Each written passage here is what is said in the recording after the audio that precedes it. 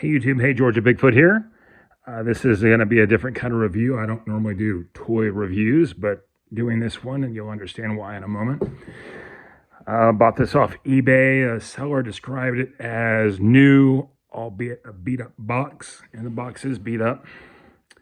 And while it is, quote, new, it was missing its spare tire and fuel can. And this is the 1/6 scale, what's called full action mutt and trailer with M60 machine gun and mount. There's the M60, and I've always seen these for sale on eBay, and they'll be like $150 to $200 depending on box condition, and I didn't really want the box. I was more curious about the actual scale model, and it's because I used to own a 1963 uncut M151. It was either an A1 or just M151. I can't remember, but I know it was a 63 Mutt. And great vehicle. Sold it many, many years ago. I wish I'd kept it. And I'd seen these for sale, and this one came up and at a beat up box, and I got it for $55. And I said, well, that's pretty cool. Mutt and trailer. It says the real deal. Ultimate Soldier. We know about them. 21st Century Toys. Looks like the seller had bought it at Goodwill for like $10 or something. It says full action mutt. Not very much information, but you can tell that there should be a jerry can and there should be a spare tire. You see the antenna in the back. You see the M60. But I wanted to talk a little bit about this because there are some things about it that I really like as a scale model and things that I'm not a huge fan of. I almost thought about giving this to my nephew. Be like, you know what? I just give it to my nephew, let him play around with it. But it's sort of, for what it is, it's kind of fragile. I mean, I know this is going to get destroyed immediately with some rough housing. Very, very fragile little hinges. The detailing is fantastic. My mutt, the seat's tilted forward. This one does not. The steering wheel, you can tell the spindle it's on, the shaft, very, very fragile. The gear shift levers, I mean, obviously it's plastic. I mean, how durable could it be? These are real tender and flimsy. The modeling, the scale of it looks great. To the top of the windshield is 10 inches. The width of the front of the vehicle, the tires looks like about 9 3/4. The length of the vehicle is 20 and a half inches. The trailer's nice. It has a little articulating hitch. Has room for a spare. Has room for a jerry can. One of the things are also too, this particular one when I bought it, that's missing the left rear tail light on the trailer. The tires are made of rubber. I'm just using this Budwine can for scale. For those of y'all who know what Budwine is, leave a comment if you'd like. I love this stuff. I still have a original 6-pack of this left, and this is just one of the cans out of the 6-pack. This is about 1982 vintage Budwine, purchased at the old Sawtee store in Georgia, if you know where that is, up in the mountains. I gingerly snapped this in. It also came with a radio set. Well, not a radio set, but a radio mic. I don't know where that's plugged in. I don't know if 21st Century included a radio set with this box set, or that's something you ordered separately. It came with an extra belt of ammo. Here's the M60. The M60 is articulated that it rotates left and right.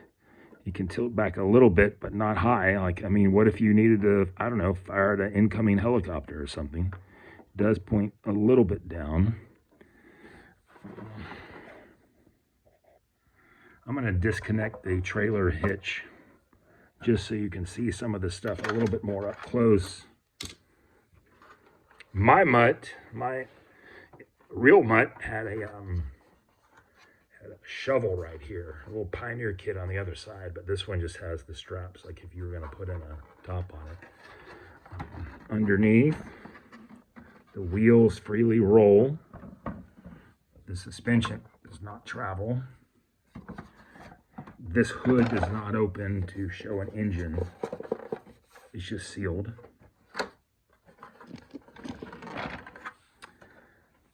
But it's neat. It'd be a neat display. If it had the spare and the jerry can, I'd keep it. But the problem is to buy the spare and the jerry can off eBay or from like these people who sell model parts, that's like another $65 to $70 just to get those two tiny pieces. And as big as this is, I'm like, it's just big. It takes up a lot of room, but it's really cool. If you have a real Mutt and you go to like the car shows and you want this like in the trunk or something, not the trunk, but the bed, or displayed on the hood or displayed on the seat, you know what I mean? This is cool. Watch myself talk myself out of returning this thing. It just takes up a lot of room, but it is really neat. It is really neat and very, very detailed. It makes me miss mine. I tell you, one of the things I love about the Mutt, I'm just going to mention this. Y'all know my name is Georgia Bigfoot. I have big feet. I'm a tall guy. I'm 6'7". The thing that makes the Mutt special compared to like an M38 or a Willis World War II Jeep is right here, the egress, getting in and out of the seat. Willis Jeeps have a piece of metal that comes up here and curves down. And for us big guys with long legs or big frame builds like me, it's difficult to get in and out of the seat. And while that piece of metal does sort of give you a bit of a, how about say left side protection, not that you're going to slide out of the seat, but it's something that your body would be sliding up against. The Mutt is just easy to get in and out of. It, to me, is the most easy to get in and out of what I'm going to call Jeep, even though it's a Mutt, there is. Now, if you're watching this, you've never heard of the Mutt before.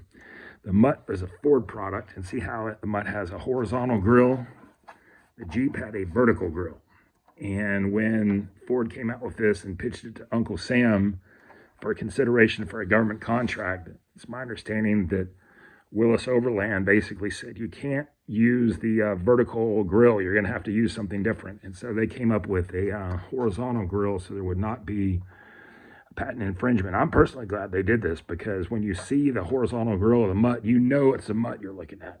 Bam. Another thing about the Mutt is it does not have a sealed back part of its bed. It's this open notch, and that's designed for carrying different kinds of equipment and also allowing it easier to get in and out of the back, and also for using, my understanding, stretchers, litters for carrying wounded personnel. Anyway, let's look closer at these tires. Are the tires marked anything? I don't say like Goodyear or Firestone on them, do they? I don't think so. Very cool, and they've got the non-directional tread, the NDT tires. Let's see.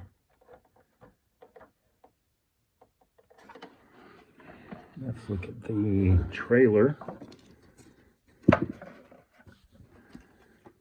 trailer is 12 inches long without the yoke. That part is about 16.5 inches long.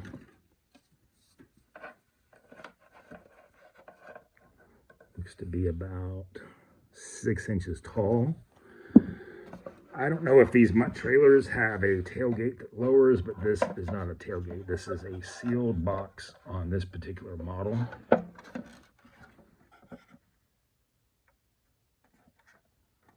And for like a quote-unquote toy, this is pretty cool. But already, this has come off several times and I've had to snap it back on. I mean, I wouldn't give this toy to young children because of small parts, and also because it's kind of, I would say it's reasonably fragile.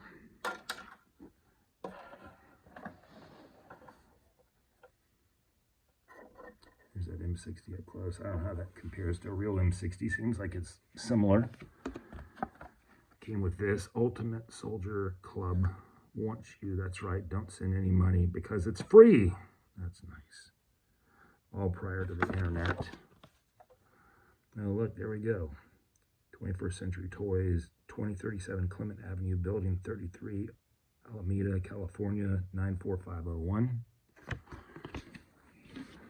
Anyway, special item for the right person looking for this kind of thing.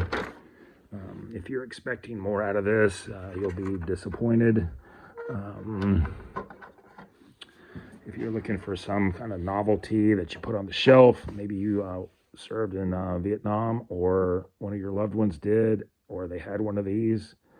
I know the guy that I sold my M151 to, he had been a driver in Vietnam, and he bought mine and he completely restored it. He's a guy up in Michigan, had it shipped from Texas to Michigan. It was unreal story, and they did a beautiful job restoring that one and making it look like a military police vehicle.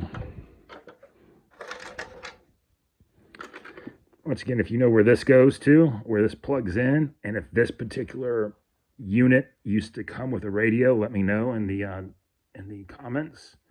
I hope this helps somebody make a decision on whether or not they want to spend $200 on one of these, and maybe you do.